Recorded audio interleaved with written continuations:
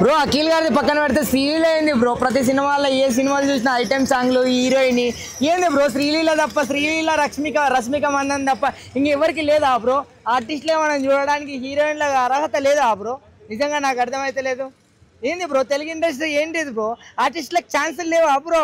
వాళ్ళు okay actors accepted bro, ప్రతి చోట వాళ్ళే నా బ్రో. శ్రీలీల అరే ఐటెం సాంగ్ మొన్న సమంత చేసినది కూడా ఆమెనే సెకండ్ ఛార్జ్ తీసుకొని ఏంటిది బ్రో? అసలు నిజంగా శ్రీలీల యాక్టింగే బాగా నచ్చుతుందా, లేకుంటే హీరోలకి అందరికీ ఆమె అంటే పర్ఫెక్ట్ మ్యాచ్ అనిపిస్తుందా బ్రో? నాకు అర్థమైతేలే. ఇంకొకటి చెప్పాలంటే బ్రో, నువ్వు అడిగిన లెనిన్ అదేనా బ్రో?